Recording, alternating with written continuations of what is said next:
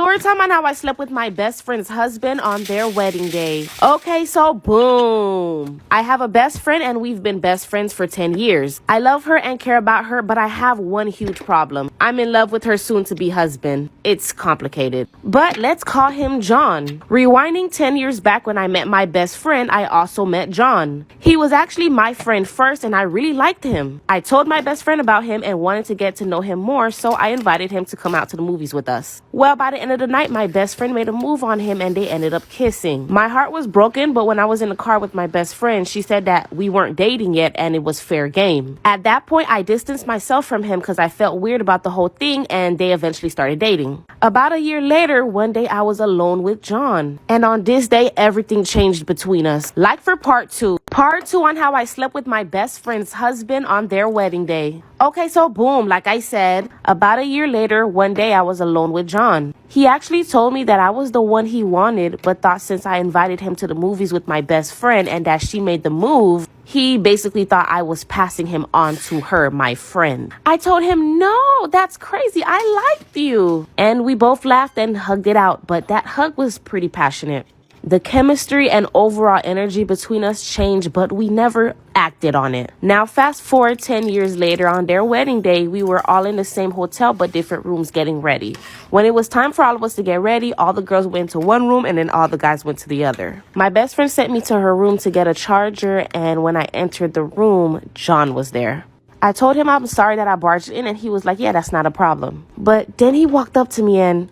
like for part 3. Part 3 on how I slept with my best friend's husband on their wedding day. Okay, so boom, like I said, I told him I'm sorry for barging in, and he said, yeah, that's not a problem. But then he walked up to me and said, I don't know, I just can't help it. Every time I see you, I almost wish it was you. And I know y'all gonna hate me for this, but literally for 10 years, I've been fighting off my urges, but at the moment, I just couldn't. I was in love with him and he's not married yet, so fair game, right? Well, we ended up doing the nasty and it was very passionate. Then I went back to the girls' room and acted like nothing happened. I feel like shit, but I can't help but be happy that we at least shared that little moment together. I mean, y'all, I always liked him. We never acted on it again, but now I'm just wondering if I should say anything or should I just leave it alone and never do it again? What should I do, y'all? Storytime on how my catfish Tinder date hid a camera in my bathroom. Okay, so boom, let's get right into it. So I met this guy on Tinder and obviously we both were interested in each other. He was very handsome and most importantly, he was tall. I'm a tall girl. 5'8" to be exact, and a big thing for me is finding a guy who's taller than me or at least the same height. And he fit the description. I ended up doing something very, very stupid. I guess I just got way too comfortable because I've gone on many Tinder dates and nothing weird ever happened to me. Plus, I've been texting this guy, talking to him on the phone, and FaceTiming him for over a month. So we set a date at my place for Netflix and chill, and he would bring pizza and wine. I'm a homebody at heart, so I just agreed. Like I said, I was way too comfortable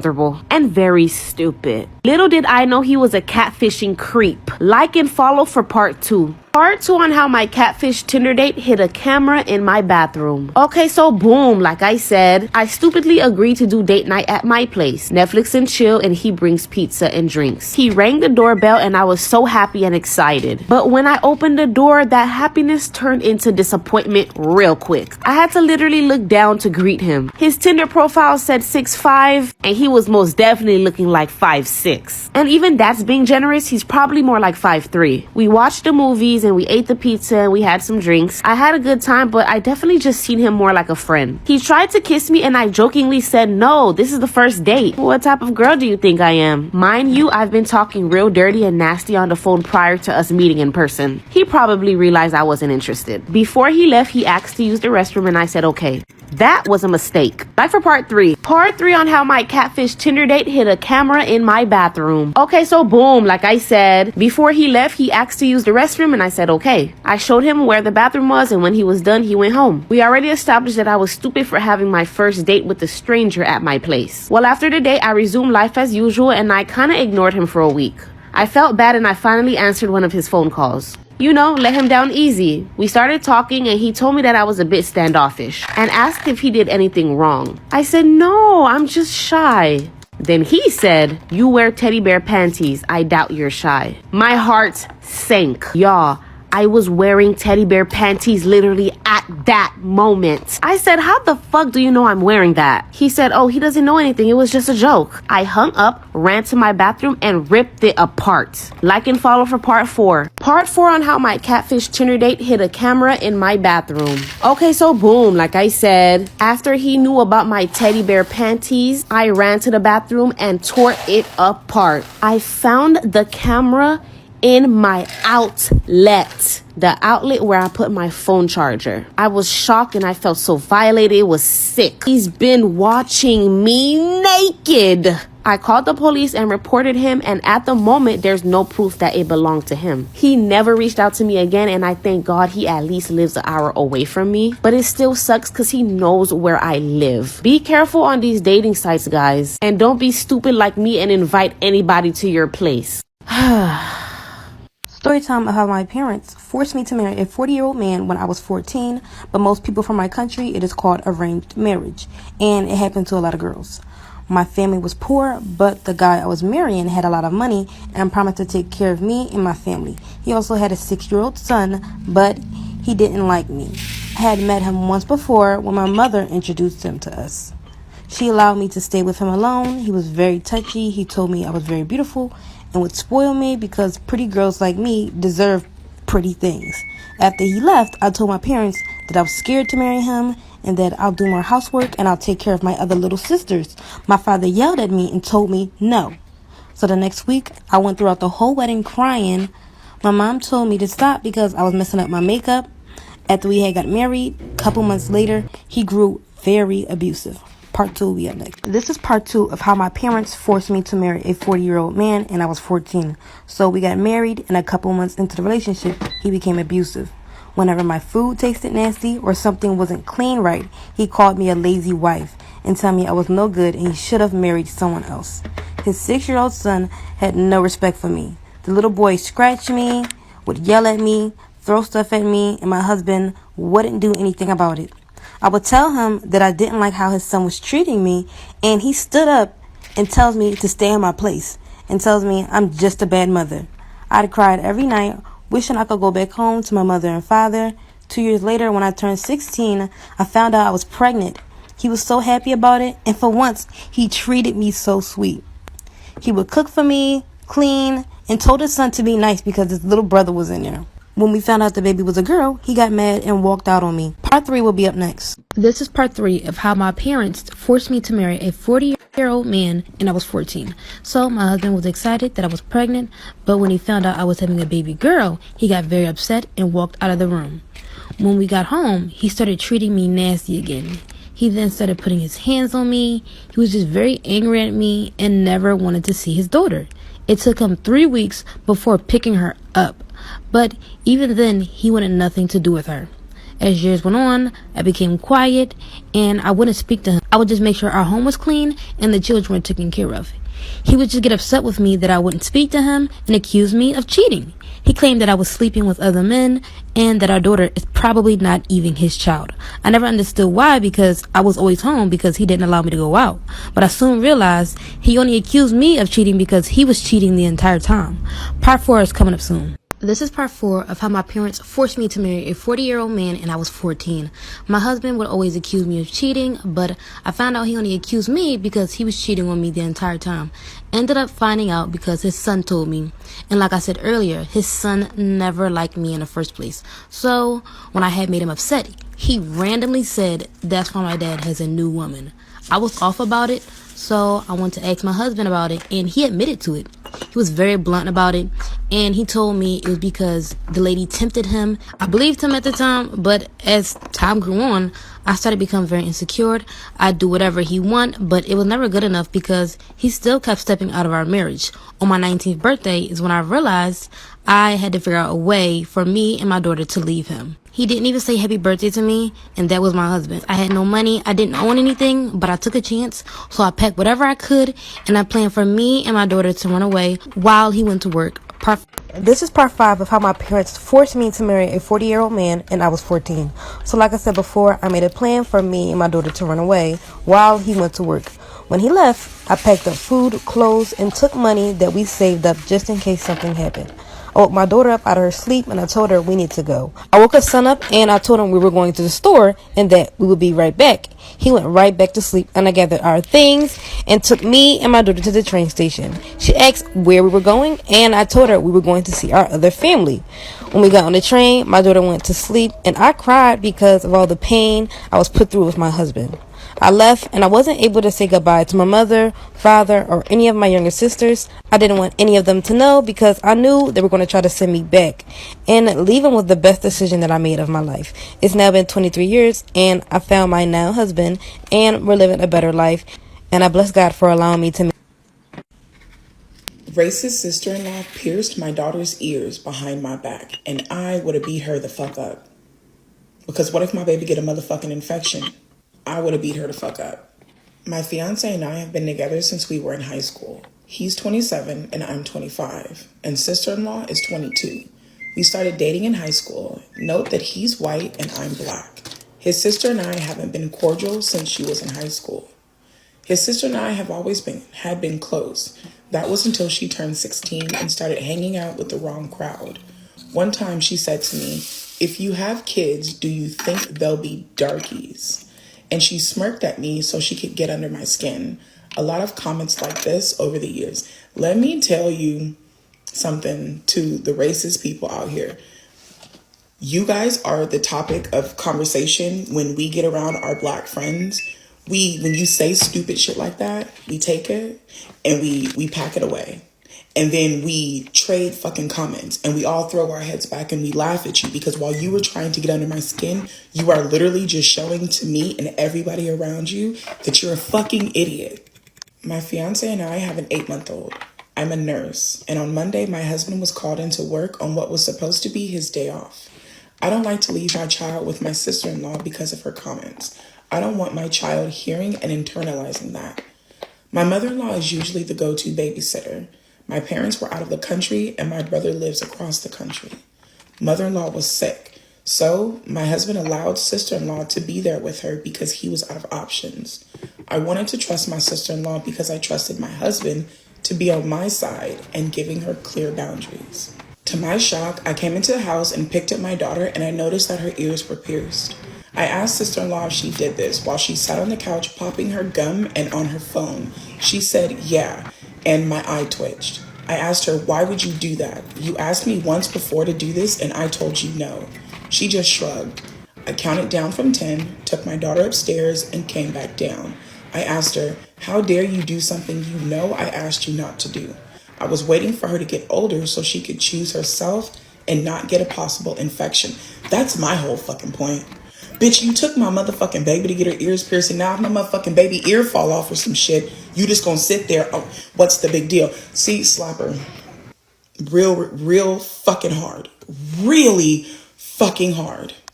She looked me dead in my eyes and said, "What's the big deal? Don't your people usually like gang wear this early?" What?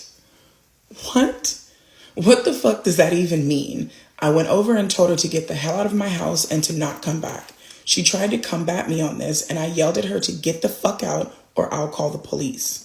When my fiance got home, he asked why I yelled at his sister over piercing her ears. Okay, so next step is to yell at him to get the fuck out of your house and don't come back until you come back with some motherfucking sense. What the fuck you mean, why? When my fiance got back, he asked why I yelled at his sister over piercing her ears and that he allowed her to do so she would be okay with watching the baby since she was going to the mall anyways. Oh no, absolutely not. Get the fuck out.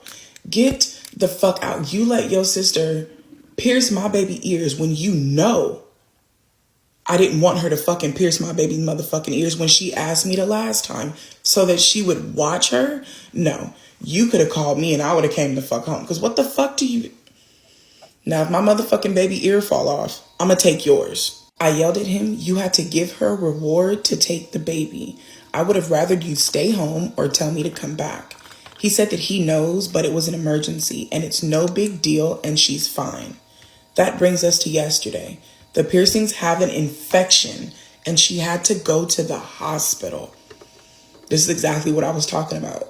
Now baby got a motherfucking infection because this racist bitch didn't give a fuck if things were sanitary or not. She probably didn't even take the time to clean the fucking ears after they pierced them. Like, no, absolutely not. I told my fiance, he said that it was an accident and that it was her first time watching her and it could have happened to any baby. So you just don't give a fuck then? That's what you're telling me? So you don't give a fuck that your motherfucking sister let my baby get a goddamn infection? Okay. I left my mom's house and I left to my mom's house and he's calling. He called me an asshole for walking out on him when he was in a tough situation. What the fuck do you mean? What about this situation is tough for you? Your daughter is literally in the fucking hospital because she got an infection from your sister-in-law taking her to the mall to get her fucking ears pierced. And this situation is tough for you? Sir, I need you to go all the way, as far as you can go to your left and fuck all the way off. All the way off. And when you get there, fuck off a little more.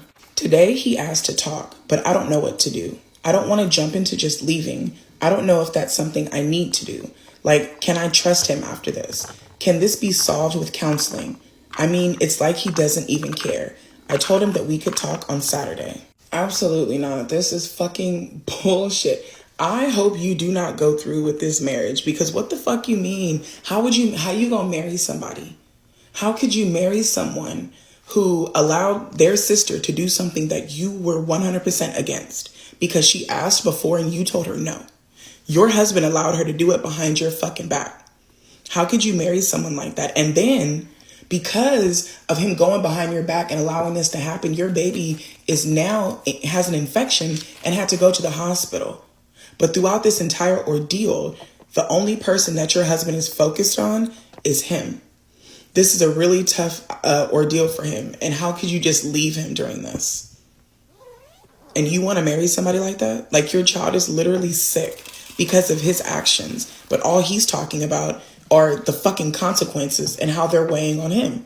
That's not weird to you?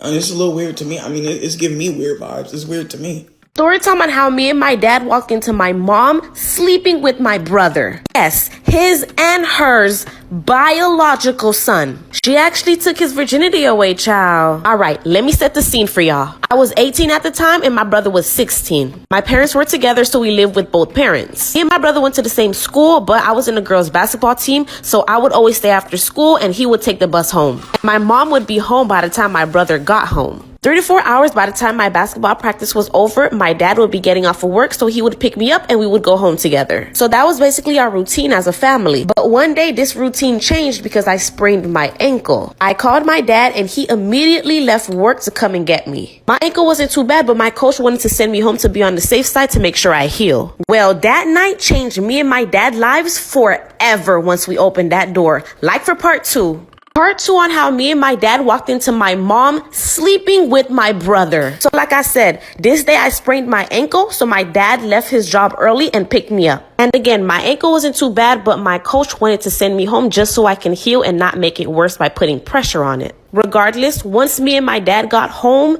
everything changed. Once we walked into the house, we immediately heard, weird sounds. We looked at each other and confirmed that, that's definitely moaning. My dad immediately thought my mom was cheating, but we just didn't know with who. The moaning was coming from my parents' room, which was just, why? At least have respect for the bed. Anywho, I limped my way over to the door with my dad. My dad opened up the door and my mom was on top of my brother, literally riding that pony. And the war began. Like for part 3. Part 3 on how me and my dad walked into my mom sleeping with my brother. So like I said, my dad opened up the door and my mom was on top of my brother riding that pony. It was disgusting. My jaws dropped. My mom jumped off covering herself, and my brother sat up shaking. My dad went off. He went straight for my mom and grabbed her, yelling, "What the fuck are you doing in bed with our son?" Not gonna lie, my dad was so angry he put his hands on my mom. My mom fell to the ground crying, saying, "I'm so sorry." Then my dad turned around and beat my brother's behind. My brother ran to the room and I'm just still standing there in shock. I grew a hatred for my mom that day. My dad started yelling at my mom, saying how she's taking advantage of their son, how he's a minor, and all she did was cry. All of a sudden, I don't know what came over me, but I called my mom a stupid, dirty whore.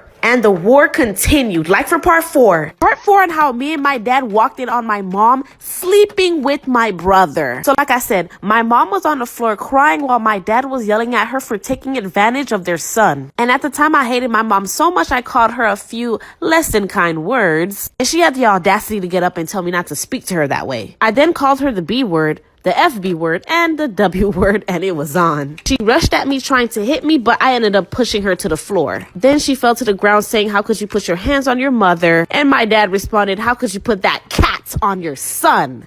She walked into that one. Anywho, let's fast forward to the legal things. That same night, my dad called the cops on my mom and they came to our house. And they, of course, arrested my mom. Like for part 5 to find out what was her charges and what happened to my brother. Part 5 on how me and my dad walked in on my mom sleeping with my brother. So like I said, my dad called the cops and they arrested my mom. She's facing over 3 years for statutory R and it's classified as a felony. My brother still lives with my dad and I, but he has to go to therapy almost every day. And that's how we actually found out she took his V card away. Anyways, a year later, I'm still not the biggest fan of my brother, but we're okay. And I still haven't talked to my mom, and I'm happy about that. I just think she's weird and disgusting. Me and my dad are great, and he's happy with the new girl, a regular girl. This story time is how I purposely got pregnant so my boyfriend wouldn't leave our relationship. Well, leave me. So I've been with my boyfriend for 6 years and we started dating since we were both 19. When it came to the relationship, I was more so the breadwinner. I paid most of the dates and I was there for him emotionally. I would invest hundreds of dollars into his business ideas that failed, unfortunately. We even got an apartment and at one point I was working, going to school and paying for all of the bills, cooking, cleaning, and I never asked anything of him because I didn't want him to see me as a gold digger. And he would spend time playing video games and working on his rap music. It wasn't the best, but I believed in his dream. So I basically took care of him. A couple years later, his grandfather passed and left him $500,000 in his will. And at the time, he started to get really distant. He was using that money and never spent any on me. I expressed my concerns, and he said that he was done with the relationship. And from that moment, I lied and said I was pregnant. If you want to know what happened, this is part 2 of how I purposely got pregnant so my boyfriend wouldn't leave our relationship. So, like I said, he was given $500,000 from his grandpa's will and wanted to leave me. So I lied and said I was pregnant. Now, I wasn't upset that he wouldn't give me part of the money. I always had my own money, and quite frankly, most of it would go to him. I was just hurt because I sacrificed and invested so much into this man to prosper, and once he was financially stable, he wanted to leave me. Now, at this time, I wasn't physically pregnant. I lied. Now, when he found out, he stayed with me and I stopped taking birth control. So literally within 3 weeks later, I got pregnant. And even though he was with me, he wasn't really with me. He really didn't come to none of the appointments and wouldn't check up on me. He became mean and started cheating on me. There's more to the story. Come back for part 3. This is part 3 of how I purposely got pregnant so my boyfriend wouldn't leave our relationship. So like I said before, I got pregnant and then he started to act really distant and he cheated on me. He told me he wanted to leave the relationship multiple times, but then again, his actions showed different because he'd always come around and did things that people in relationships would do. And around this time, money started to get tight. I would ask him if he could pay for certain things and he would refuse and then started to say I was only with him for money. But what was crazy to me is that most of the relationship, he had nothing and I was the one working. And still when I was pregnant, I was the one working. And with the money he had got, he would buy himself nice clothes, got himself a car. And the girl he was cheating on me with, he bought her the most expensive clothes. And I wanted the relationship so bad that I allowed him to have side chicks. I never asked him questions and he still never wanted me. A week before the baby's due date, he completely left me and went with the girl he was cheating on me with. If you want to know what I did after that, This is part 4 of how I purposely got pregnant so my boyfriend wouldn't leave our relationship. So a week before the baby's due date, he completely left me. I was devastated. I became depressed, suicidal. And because I was so stressed, the doctor said that I needed to calm down because my blood pressure started to get super high and that would be good for me or the baby. After the baby was born, he came around to see the baby. At some points, he tricked me into thinking we were getting back together. And once he had slept with me, he'd leave again and go back to the other girl. I tried to tell his new girlfriend about it, but she didn't believe me and called me crazy. I'd always see him make posts about her, spoil her, and everything. After 2 years, I got a therapist because I started to get anxiety attacks. And I found out I was codependent and I had abandonment issues due to my father not being there for me. And I was afraid of being alone and a man not truly loving me. And I allowed someone to treat me horrible because I didn't want to be alone. Regardless, no girl should have gone through what I did. All girls should love and put themselves first.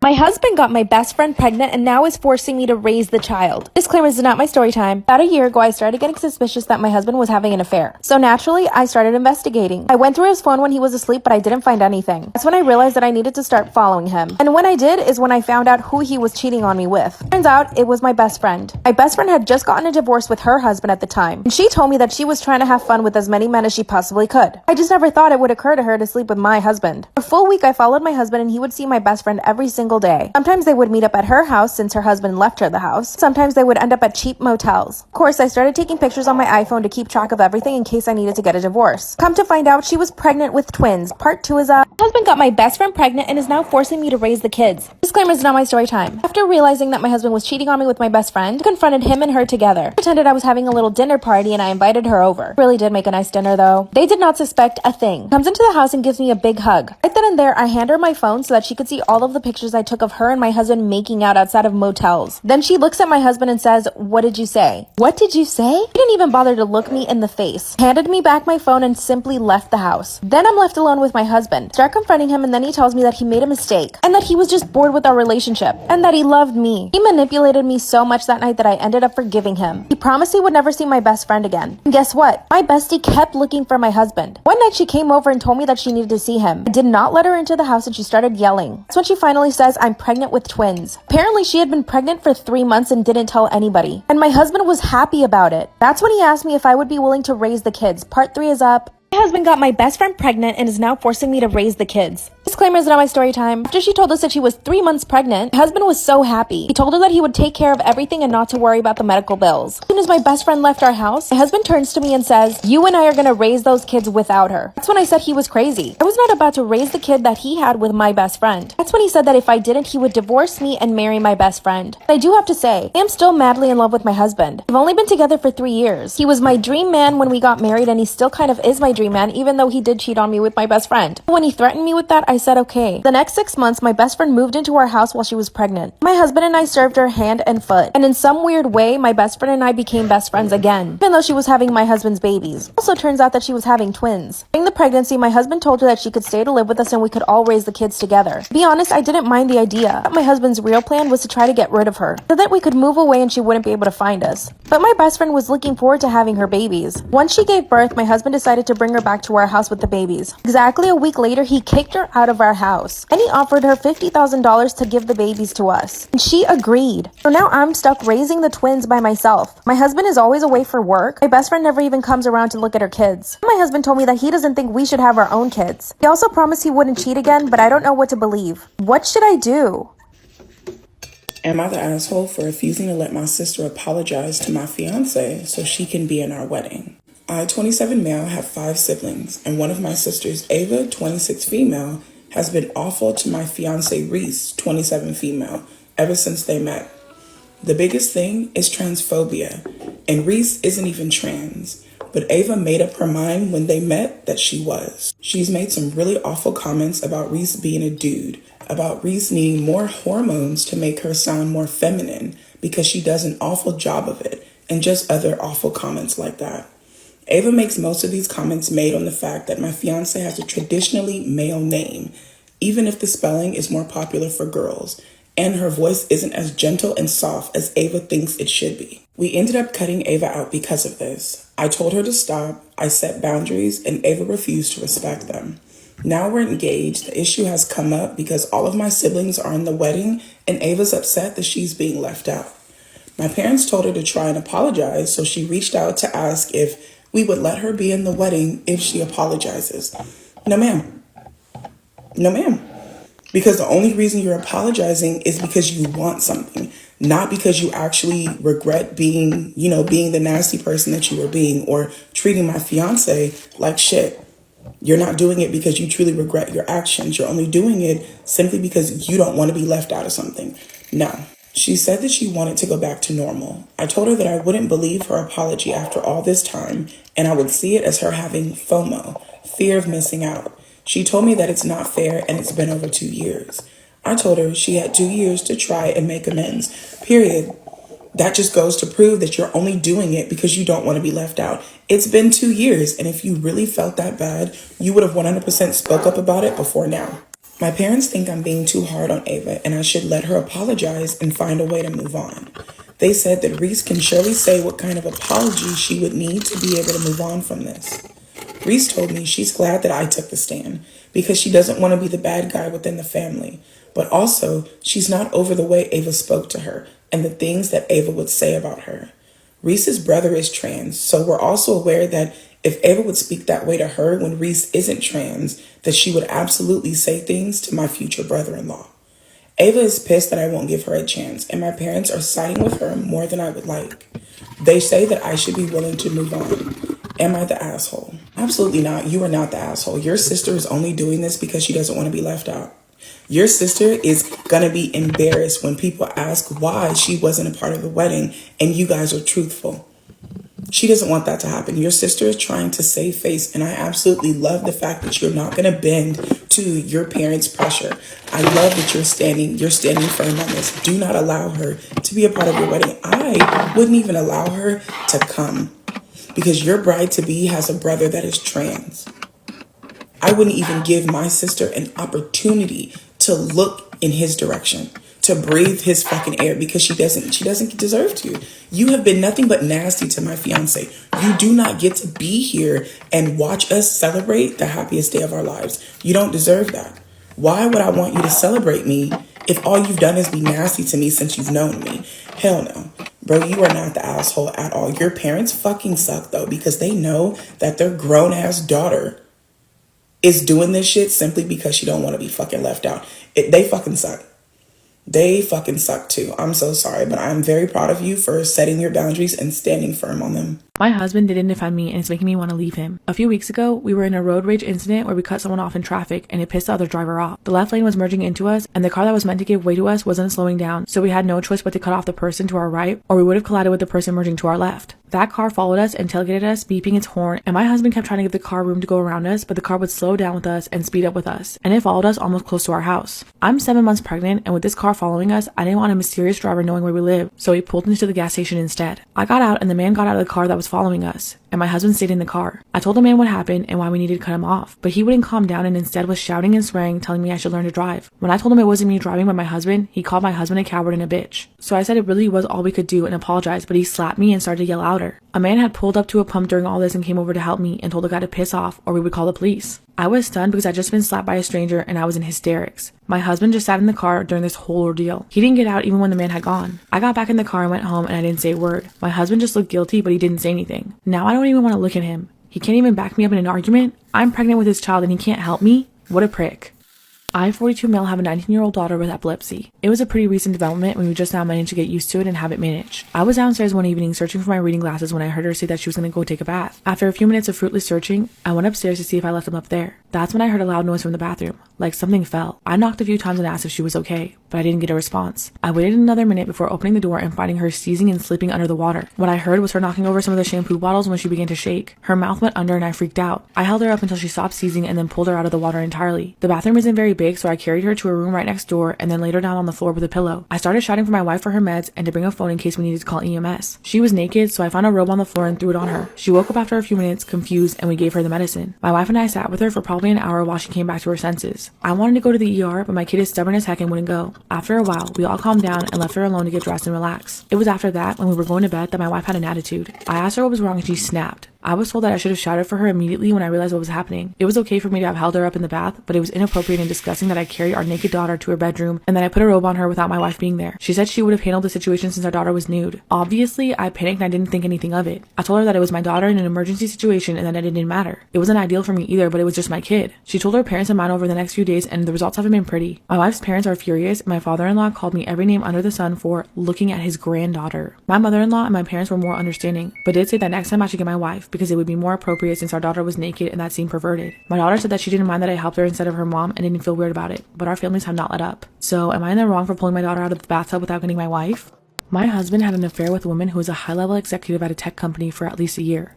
I found out in January of 2022 and he broke it off with her and we started couples therapy. He made it clear that he wanted our marriage to work. Last night, he told me that a few months before he broke up with her, she unalived herself. He said that she kept reaching out to him for months after he broke up with her, through her friends and through different phone numbers that he kept blocking. He says she attempted unaliving herself at least twice in that time. I guess he tried to help, but it didn't work. Her ex called him in May of last year to say that she had taken her own life and that she left instructions that he was to read to my husband the suicide note. Husband was featured very prominently in it, though the main reason she cited was the toxic work environment. No one would tell him when the funeral was because the note said that she didn't want him to know. He said lawyers called after that and told him that she left him $5 million, which he turned down, so it went to charity instead. He said friends of her kept calling, months later, to try to get him to contest the will, though I don't understand why they would care. In any case, my husband tells me all of this just last night, months after the fact, and I try to comfort him because this has to be devastating. But here's the thing, she's still active on LinkedIn, and I don't think it's just a bot. She gave a detailed recommendation for someone like 2 weeks ago and received one in return talking in detail about her work for over the last year. Multiple posts in the last month alone, even from other people, talking about meetings they had with her. That's the only social media she ever had, so there's nothing else for me to check. I don't know if he lied to me or if she lied to him, but either way, I'm losing my freaking mind over here. Is she alive? Is she not? Is it even any of my business? Do I try to track down the death certificate?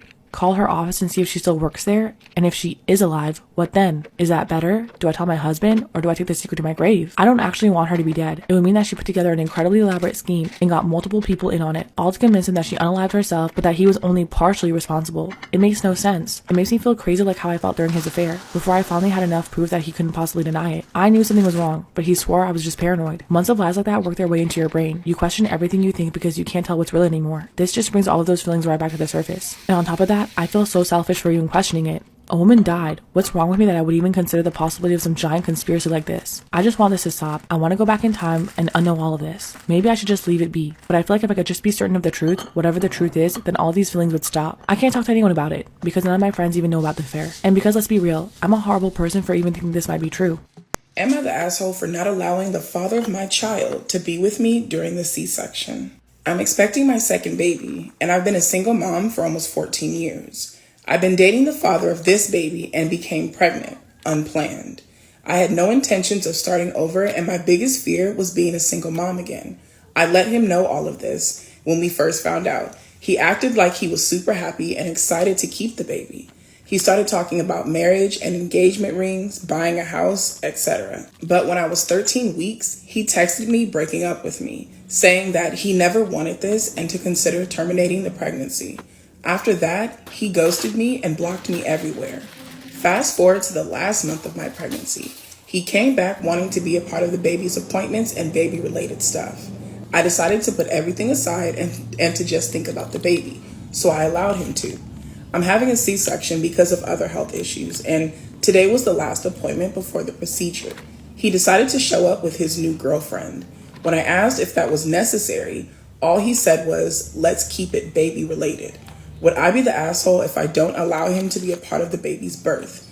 This person has repeatedly shown to have no consideration towards me, and that's not the support that I need. No, personally, I don't think you would be the asshole because we all know what he's doing. He is building this fantasy based on the lies that he's fed the new girlfriend. I would bet the shirt on my back that he did not tell this woman that he ghosted you 13 weeks into a pregnancy that he acted like he was excited about because he wasn't ready and this isn't what he wanted. No, absolutely not. You are not the lead supporting actress in whatever fucking fantasy movie he's trying to put on. He's just fucking disrespectful as fuck to even bring the new girlfriend to your appointment because fucking why? You don't know this bitch from a can of goddamn paint, yet he decides to bring her to your appointment after he broke up with you and told you that this isn't what he wanted. Why the fuck didn't he just stay gone? He could have left you to fuck alone. He really fucking could have. No, absolutely not. We are not going to feed into this. We're not going to give him the time of the day, and we are not going to give him our energy.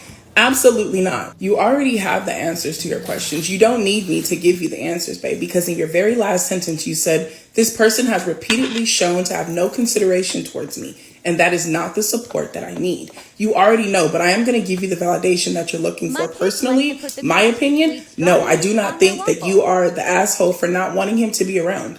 Because you are about to bring life into this fucking world. That is extremely stressful, and you only need people around that are going to support you. And if you have any type of inkling that he's going to give you any type of stress, he's going to make your ass itch in any way, shape, or fucking form, you are 100% entitled to not have him there. This is not about him.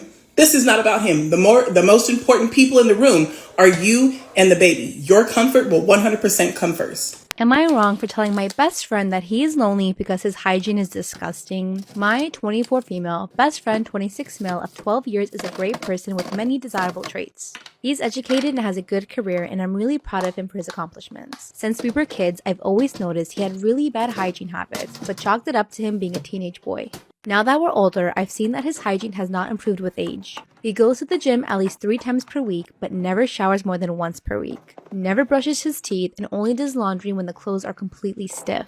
I've dropped little hints like, if we stay the night somewhere together, I'll ask if he packs shower supplies, and in the mornings I'll offer to leave my toothpaste out if he wants to use it. I found myself no longer inviting him places because it's embarrassing when he shows up greasy, smelly, and with an inch thick of plaque on his teeth.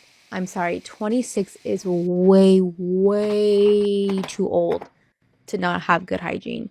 I don't know if I should blame him or his parents for not teaching him. No, you can't. At this age, you can't blame anyone else besides yourself because you're a grown-ass man and you gotta take accountability. Last month, he told me he had a crush on one of my newer friends and asked if she was single. I told him that she was, but only recently single and isn't looking for anything right now. He wouldn't take no for an answer and decided to contact her himself to ask her out. When she declined, she lied and said she was seeing someone. He knew that one of us was lying to him. When he confronted me, I told him that everyone I know thinks he is disgusting because of his hygiene. They don't want to be near him, much less date him. He denied having bad hygiene and said he does shower and brush his teeth.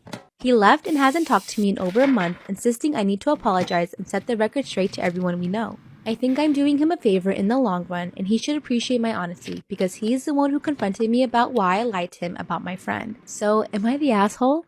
Storytime on how a black 15-year-old girl refused to give up her seat to a white woman. And no, this is not the story of Rosa Parks. It is the story of Claudette Colvin, and she actually gave up her seat 9 months before Rosa Parks. Claudette lived in Montgomery, Alabama, where at the time they tried to keep black people in their place. But that didn't faze Miss Claudette. She was angered by the case of Jeremiah Reeves, an older classmate at Booker T. Washington High School who was indicted in 1952 and later executed for allegedly raping a white woman. Because of this, she went on to join the NAACP Youth Council and took to flaunting her natural hair in defiance of the pressure to have it straightened. On March 2nd of 1955, Claudette was riding the bus home from school when the driver ordered her and her classmates to vacate a row of seats to accommodate one white woman, but she refused. Like for part 2. Part 2 on how a 15-year-old black girl refused to give up her seat to a white woman. So like I said, the bus driver ordered Claudette and her classmates to vacate a row of seats to accommodate one white woman. All 3 of her classmates got up, but Claudette did not budge. She refused and said she knew her constitutional rights. They responded by roughly yanking her off of the bus,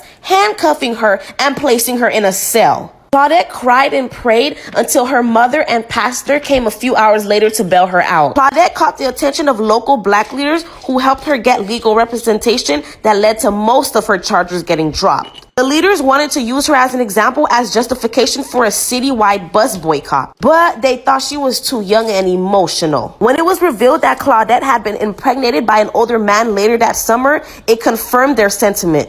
Like for part 3. Part 3 on how a black 15-year-old girl refused to give up her seat to a white woman. So like I said, once they found out that Claudette was pregnant by an older man, they said that she was the wrong person for the movement. The right person arrived 9 months later when Rosa Parks, a 42-year-old seamstress and NAACP secretary, made headlines for her arrest on December 1st, prompting the launch of the Montgomery bus boycott the following day and the national rise of Dr. Martin Luther King Jr. With all that being said, Claudette sparked legal action that led to the end of Alabama's segregated bus laws and enabled a widespread civil rights movement to pick up steam. A big thanks to Miss Claudette Colvin.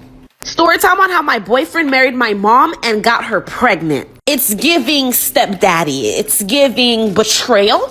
Anyways, so boom. I was 17 at the time, my boyfriend was 20, and my mom was 35. So me and my boyfriend were together for 2 years, but it was very rocky because he couldn't keep his third leg in his pants. I would go to my mom for advice, but she was always on his side. You know that one family member or friend you go to for advice, and instead of hearing you out, they say, "What did you do?" Yeah, that was my mom. I would be like, "Hey mom, George cheated on me." Let's call him George. And she would say, "Well, honey, what did you do to cause George to cheat on you?" Like, what?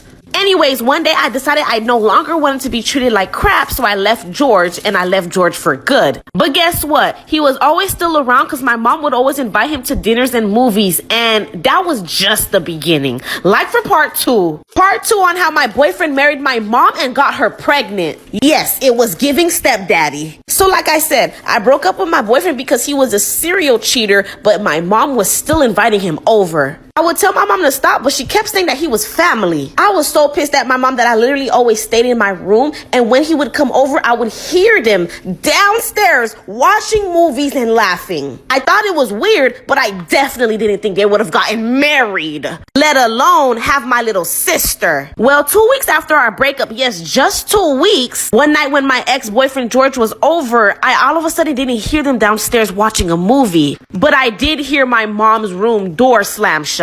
Then I heard thumping, and that wasn't about to happen on my watch. I ran to open the door, but the door was locked, so I started knocking. My mom opened the door, and I seen her hair in shambles and my ex on her bed. Like for part 3. Part 3 on how my boyfriend married my mom and got her pregnant. Yes, stepdaddy, we get it. So like I said, I heard thumping in my mom's room, so I ran and opened the door, but it was locked. So I knocked. She opened the door, and her hair was in shambles with my ex on her bed. And might I add, he was naked.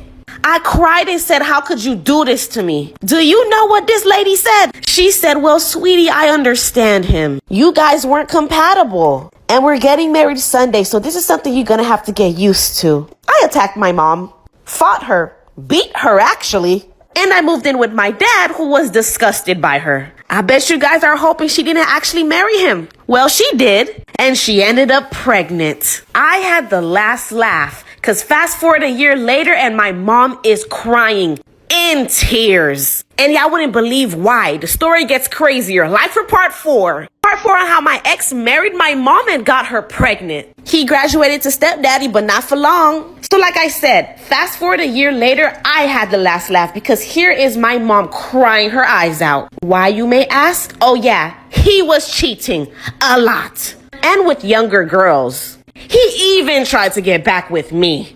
I laughed at my mom and said, "Oh, I thought you understood him, You must be doing something to make him cheat.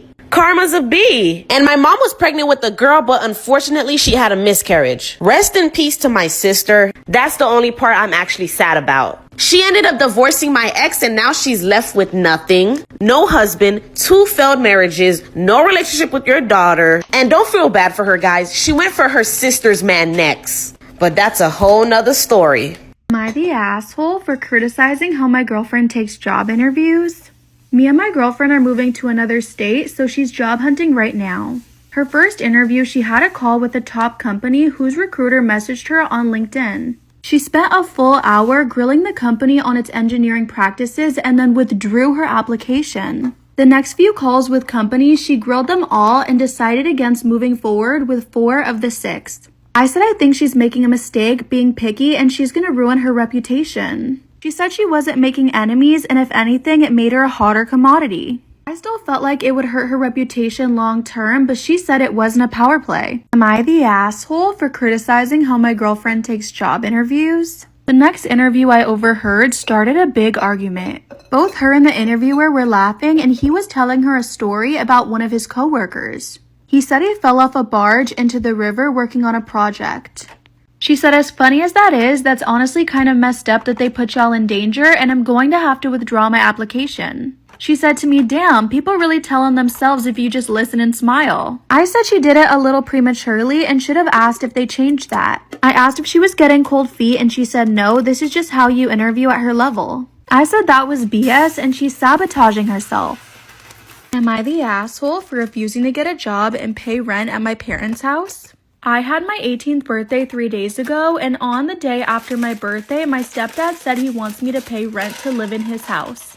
My stepdad is quite Christian and conservative, and I don't expect to live rent-free forever, but I know my stepdad is coming from a spiteful place. Him and my mom have had 2 kids and 9 years of marriage. I'm a reminder that my mom was a non-virgin divorced woman before him, so of course I'm treated like a guest and my mom is allowing it. Why? Because she thinks the sun shines out of his ass. He doesn't need my money to pay rent, plus I don't have much and he wants £100 per month.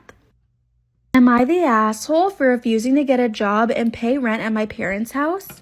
My A-level exams start mid-April and last up to July. I'm doing STEM subjects and I'm hoping to fulfill my offer for a medical course at a good university.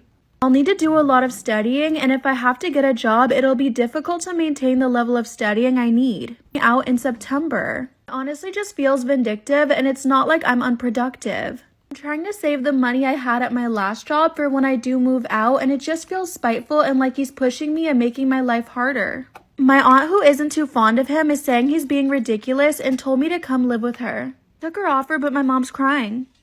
Story time about how I cheated on my husband, lied about getting pregnant, and left with all his money. Disclaimer, this is not my story time. It was sent to me on Instagram. Oh, this is gonna be a good one, you guys. A little background, my husband and I met 2 years ago. And lucky for me, he's a wealthy plastic surgeon. So a little backstory. I actually met him because I wanted to get a nose job. I made an appointment in his office and I went. We actually hit it off right away, even though he's older than me and, you know, wasn't the best looking. After the appointment, I decided I would get the nose job. A few days later, I get a phone call. Guess who it is? It's the wealthy plastic surgeon who I just saw. He asked me out on a date and I said yes, of course. By the way, at the time I was a sugar baby, so I had a few sugar daddies. I figured he would just become another sugar daddy. He took me out to the best restaurant in town, and you better believe I ordered the most expensive thing on the menu. After my surgery, he would bring me food and was just really nice. Then he asked me to be his girlfriend and I decided to give him a chance. I even broke up with 2 sugar daddies to make space for him. That's when I asked my boyfriend for an allowance. He said of course. There's so much more to the story. Part 2 is up. Part 2 about how I cheated on my husband, lied about being pregnant, oh yeah, and stole all of his money. Disclaimer, this is not my story time. This was sent to me on Instagram. So like I said in part 1, I had asked him for an allowance. Of course he said yes and offered me $3,000 a month. I accepted even though it was on the low end. By the way, I still had 1 sugar daddy at this time. Oh, and I forgot to mention, I was pretty obsessed with the Kardashians. My goal in life is to look like Kim K. So now that I had a plastic surgeon boyfriend, I decided to ask him what other surgeries he thinks I could do. I already had my nose job. Now I definitely wanted to do some other stuff on my body. But when I told him, he got really upset.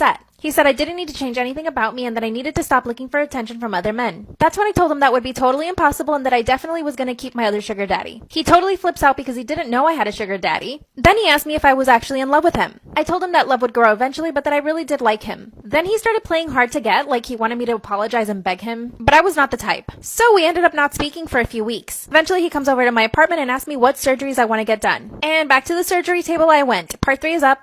3 about how I cheated on my husband, lied about being pregnant, oh yeah, and stole all of his money. Well, almost all of it. Disclaimer, this is not my story time. It was sent to me on Instagram. So my plastic surgeon boyfriend decides to do more plastic surgery on me. But this time, it was free. We decided to get my bum done. Again, during the healing process, he was a total angel and brought me food and took care of me. Yeah, he was also paying for all of my bills and my rent at this time, even though I still had a sugar daddy. And he knew it. A few months passed and he asked me to go to Italy with him. Of course I said yes. We stayed at a beautiful place in Tuscany and then he asked me to marry him. He had planned out this whole romantic dinner and of course I had to say yes. But on one condition, that I let go of my last sugar daddy. So I told him I would, although I actually did not. So we started planning my dream wedding. We finally got married and I moved into his mansion. Then he told me that I had to get pregnant right away. His excuse is that he's in his 50s and he really wants to have kids. I said I wanted to have a baby too, but I kept taking the pill. I mean, I am just not ready to have kids or to ruin my beautiful body. This is when my other sugar daddy started getting really annoyed because I never spent time with him. It was really hard being torn between 2 men. Part 4 is up. Part 4 about how I cheated on my husband, lied about being pregnant, and stole all of his money. Disclaimer, this is not my story time. It was sent to me on Instagram. So like I said, my sugar daddy was starting to get really annoyed at me because I never spent enough time with him. That's when I broke it to him that I was actually married. He totally flipped out, called me a user, cut me off, and blocked me from everything. So that meant I was not getting money from this sugar daddy at all. It meant I was totally dependent on my husband. Remember I said my husband wanted me to get pregnant? Well, I kept taking the pill because I didn't want to get pregnant. But my husband would ask me every single day how that was going. And I was like, it's going. I even started lying lying, saying that I was going to go to the baby doctor just to get myself checked, and I really wouldn't. Instead, I would go have lunch and shop. Around this time, an old sugar daddy of mine contacted me, who I still had a crush on. He was like super good looking. He offered me some money and asked me if I wanted to go on a few dates, so of course I said yes. I accepted because I really wanted to just separate myself financially from my husband. I didn't want to be dependent on him all the time. So when my husband was at work, I would go out on dates with this new sugar daddy. The sugar daddy wanted me to go on a trip with him, and I had to say no. He got really upset and started asking questions. Of course, I didn't tell him that I was married, but he started getting really suspicious. He also started to catch feelings really quick. Like, he always wanted to be with me. He would text me all the time. And that's when my husband finds a text message from the sugar daddy. I basically denied everything, and I told him that I no longer had any sugar daddies, but my husband did not believe me. That's when he calls my sugar daddy from my phone and tells him to leave me alone. And the sugar daddy told him that only I could make that decision. So I basically had to cut off the sugar daddy right in front of my husband. My husband was like really angry at this time, so I was on my best behavior for the next few weeks. But after a few weeks, he was still really angry, so I realized I needed to start taking money out of the account that he gave me. So I started transferring money from his account to my account,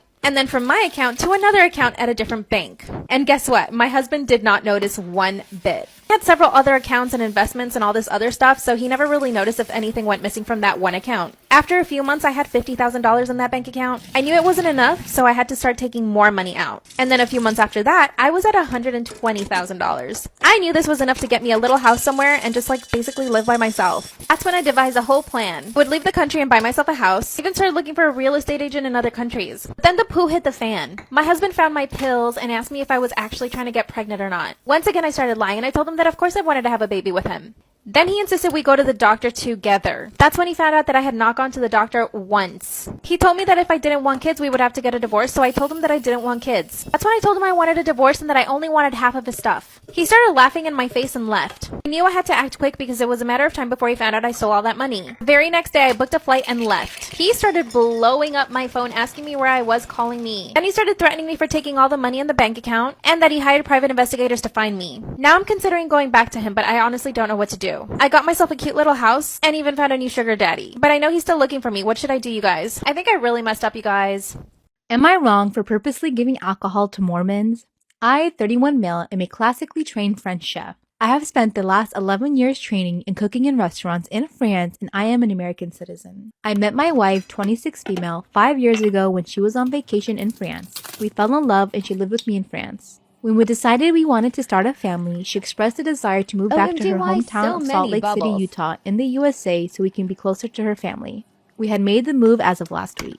I was wondering where the Mormon came into the story. When we made the official move into our house, moving in some furniture from France and some bought furniture stateside, we had a bunch of neighbors come out and help us. What was expected to take 4 or 5 hours of moving in and arranging and putting away ended up taking 2 hours as suddenly 15 people came over to help, with snacks and drinks and advice about the home and neighborhood. I was so grateful and surprised at this kindness, so I offered to cook them all a grand meal 3 days later. Some turned the offer down because their kids or schedule, others because helping neighbors move is just the Mormon thing to do. I ended up cooking a 4-course French dinner for 3 other couples. They all absolutely love my entree of giga with the pan sauce, some even asking for seconds of it. I ended up making copies of the recipe for them as a final thank you since they loved it so much. When I gave them the recipes, they looked absolutely shocked. They didn't realize the pan sauce had red wine in it and they are not allowed to consume alcohol because they are Mormons. They ended up getting very angry at me, saying I'm trying to corrupt them with alcohol and that I should respect other people's beliefs and dietary restrictions. My wife is very upset and feels like I ruined our first chance at making friends in our new neighborhood.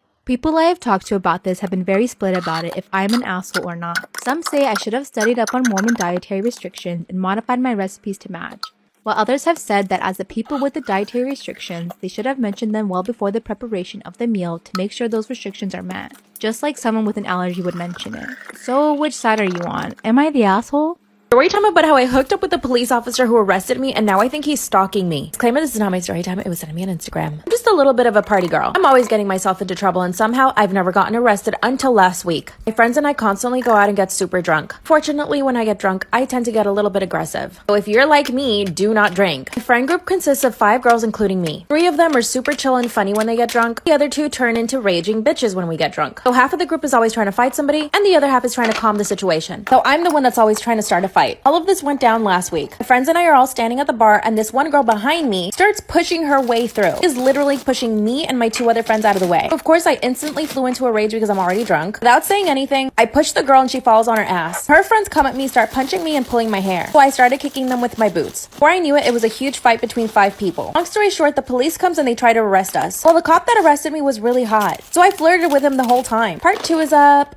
Story time about how I hooked up with a police officer who arrested me and now he's stalking me. Disclaimer, this is not my story time. It was sent to me on Instagram. That's when the super hot officer starts arresting me. So I decided to start flirting with him. I mean, why not? He put me in his police car and he started driving me to the station. On the way, I started asking him if he was single. And he actually flirted back. We actually had a pretty good conversation even though I was drunk. Spent 4 hours in the police station and they ended up calling my brother to get me out. Guess what I did? I told my brother to leave me at the police station because I was going to try to hook up with the police officer. My brother got so mad at me. He called me stupid and he left. That's when I went back into the police station and I started flirting with the police officer again. At this point, it was 5 in the morning and I was really hungry. So I asked him to take me out to breakfast and he did. We went to a cute diner. It was like a freaking movie. And then afterwards, we hooked up in his car. He did everything you could possibly imagine in his car. Here's the thing. My plan was to never see this man again. He took me home and he asked me for my number. I politely declined. Later that day, I go to class because, by the way, I'm in college. I actually saw this man driving by. So I wasn't sure, but then I realized it was him. Later on that night, I'm home and I'm about to take a shower. There's a knock on my door and I go open it. Guess who it is? Part 3 is story time about how I hooked up with the police officer who arrested me and now he's stalking me. Claim is not my story time. I sent me on Instagram. Hear the knock on the door and I go to open it. And it's the police officer. Mind you, I'm in a towel about to take a shower. When I opened the door, I didn't say anything. Just staring at him like, what do you want? And he said, can I come in? And I said no. He came in anyway. He sat down on the couch and just stared at me. Then he asked me why I hooked up with him if my intention was not to ever see him again. I told him that I was simply just trying to have fun with him and that was it. Then he talked for 10 minutes about how he and I would make a great couple and how much in common we have. That alone was a huge red flag. He met me when I was drunk fighting with people at a bar. I mean, how could he want a relationship with me? And he said something that sent chills down my spine. He said, you look great in baby blue. Instantly realized that I was wearing baby blue underwear. He was watching me minutes before while I was getting undressed to take a shower. Tried to kiss me, but I pulled away. I told him that if he followed me again, I would report him. He laughed and said, you think that's gonna work? And he begged to take me out on a date. I said yes to going on a date because I feared that he was gonna try to R-word me. I'm going on a date with him in a few days. What should I do? How do I prepare for this? I need to somehow make him hate me. What should I do? Am I the asshole for taking my girlfriend's daughter on a motorcycle ride? So I've been dating my girlfriend for just under a year and we don't live together yet, but do plan on moving in together around April.